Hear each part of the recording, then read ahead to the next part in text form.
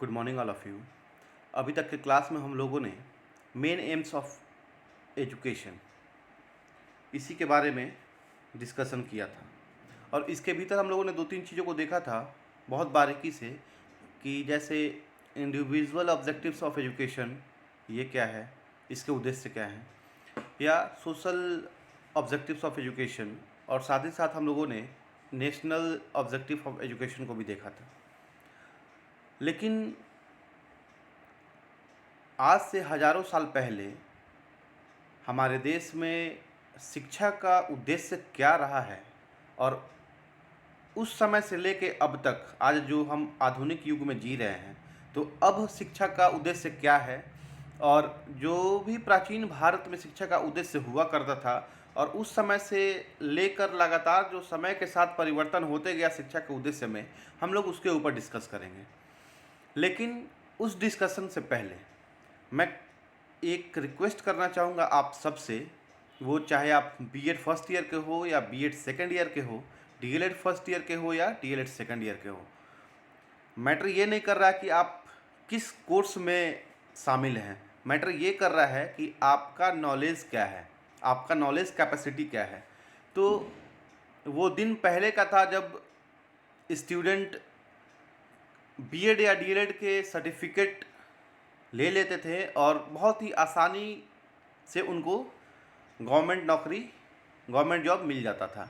लेकिन अब जो आने वाला समय है, यानी कि जो आप लोगों का आने वाला समय है, वो आप बीएड कीजिए या डीएलएड कीजिए, क्योंकि अब एक नई शिक्षा नीति 2020 भी आ चुकी है और सारा रिक्रूटमेंट का काम उसी के नॉर्म्स पे होगा, उसी के नियम और कानून पे होगा। तो उसमें साफ साफ दो तीन चीज़ें जुड़ी हुई हैं, जैसे कि पहला कि आप लोगों का डेमो क्लास होगा। 4-5 लोगों का एक कमेटी बैठेगा और उनके सामने आपको एक क्लास लेना होगा, डेमो क्लास लेना होगा आपके सब्जेक्ट से, या जो भी सब्जेक्ट के लिए आप गए हैं उसके उस सब्जेक्ट से रिलेटेड।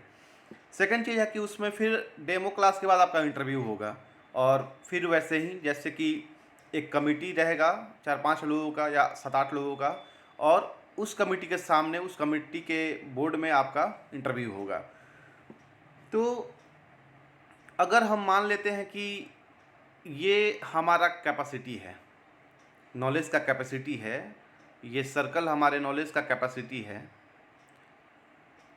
तो इतना क्लियर कट हम लोगों को पता होना चाहिए कि अब इससे काम नहीं चलने वाला है। तो कहीं ना कहीं अपने नॉलेज के क्षेत्र को आपको बड़ा करना पड़ेगा। तो बड़ा कैसे होगा? तो बड़ा करने के लिए सबसे पहले कि सिर्फ और सिर्फ सिलेबस नहीं पढ़ना है। सिर्फ सिलेबस पढ़ने से आपका नॉलेज का जो लेंथ है वो बड़ा नहीं होगा। ये जो आपका नॉलेज है, और यहाँ से आपको, अगर आपके नॉलेज को और बृहत रूप देना है और विस्तार रूप से देना है, तो आपको खुद मेहनत करना होगा, अपने आप को पॉलिश करना होगा। एक वाक्य सारे जगह सुनने को मिलता है कि हम सूरज की तरह चमकना चाहते हैं। सब कोई ये चाहता है, सबका तमन्ना होता है कि हम सूरज की तरह चमकें। लेकिन ऐसा किसी के मुंह से नहीं सुना जाता है कि सूरज की तरह चमकने से पहले हमको सूरज की तरह जलना सीखना होगा। तो आपको अगर आने वाले समय में, जो आने वाला आपका चैलेंजिंग समय होने वाला है, चैलेंजिंग टाइम होने वाला है, चूँकि सब किसी को पता है कि अब कंपटीशन का लेवल बहुत हाई हो चुका है, तो उस कंपटीशन के लेवल में आपको अपने आप को प्रूव करने के लिए आपको और लोगों से कुछ एक्स्ट्रा ऑर्डिनरी होना होगा, कुछ एक्स्ट्रा शो करना होगा, तब जाके कहीं आप कहीं भी फर्स्ट अटेम्प्ट में सेलेक्ट हो पाएंगे। मेरी तो दिली ख्वाहिश यही है कि जितने लोग भी मुझसे जुड़े हो या हमारे कॉलेज से जुड़े हो, वो सारे लोग आने वाले समय में फर्स्ट अटेम्प्ट के रिक्रूटमेंट में ही शामिल हो जाएं और सेलेक्ट हो जाएं। लेकिन वहाँ तक पहुँचने के पहले आपको बहुत सारा काम करना है। तो उसी काम की तरफ मैं आपको ध्यान दिला रहा हूँ कि अभी समय है, सब कोई संभल जाइए, सुधर जाइए और अपने आप को समय दीजिए, अपने आप को वो कीमती समय दीजिए, ताकि आने वाले समय में पछतावा नहीं हो कि समय रहते हम कुछ न कर सकें। तो अब हम स्टार्ट करते हैं कि प्राचीन समय से लेकर अब तक का जो भी शिक्षा का उद्देश्य रहा है वो क्या क्या रहा है। तो अब हम लोग इस दौर में 4-5 बिंदुओं पर ध्यान देंगे। जैसे पहला देखेंगे कि प्राचीन भारत में शिक्षा के क्या उद्देश्य थे।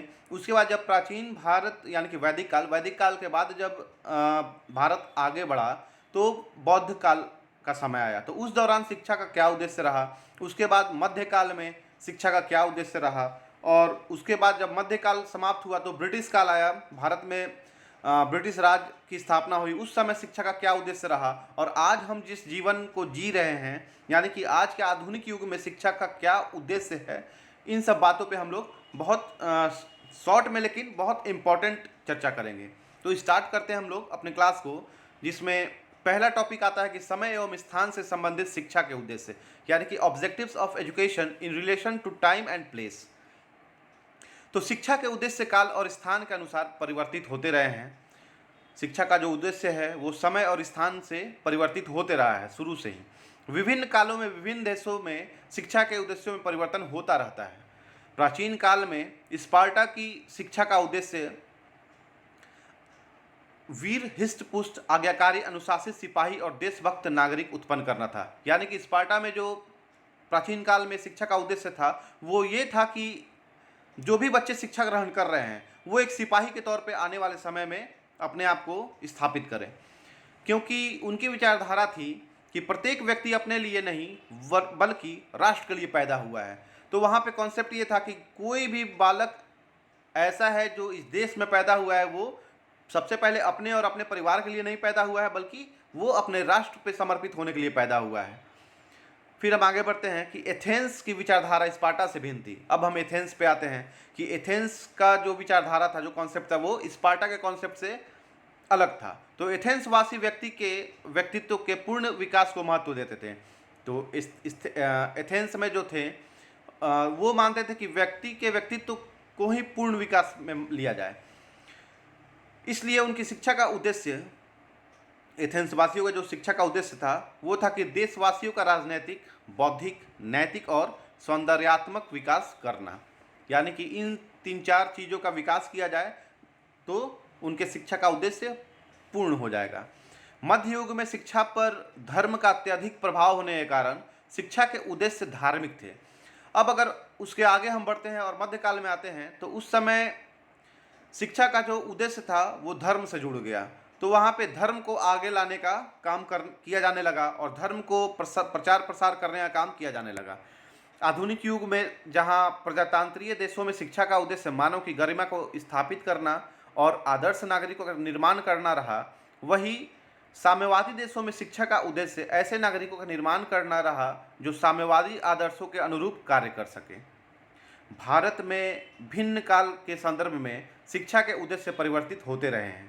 अलग अलग समय में शिक्षा के भिन्न भिन्न उद्देश्य रहे हैं। तो अब अलग अलग समय की बात आती है और हम स्टार्ट करते हैं कि पहला, प्राचीन भारत में शिक्षा के उद्देश्य, AIIMS of education in ancient India. तो प्राचीन युग में भारत धर्म प्रधान देश था, अतः उस युग में जीवन के प्रत्येक क्षेत्र में धर्म की गहरी छाप थी। यहाँ तक कि जन्म, विवाह तथा मृत्यु आदि सभी संस्कारों को धार्मिक कृतियों के आधार पर ही किया जाता है। धर्म तथा शिक्षा के इस घनिष्ठ संबंध को ध्यान में रखकर उस काल में शिक्षा के उद्देश्य भी आध्यात्मिक दृष्टिकोण को ध्यान में रखकर ही निर्धारित किए गए थे। चूँकि धर्म से शिक्षा का उद्देश्य जुड़ा हुआ था तो वहाँ पे आध्यात्मिकता का प्रभाव ज़्यादा होने लगा। तो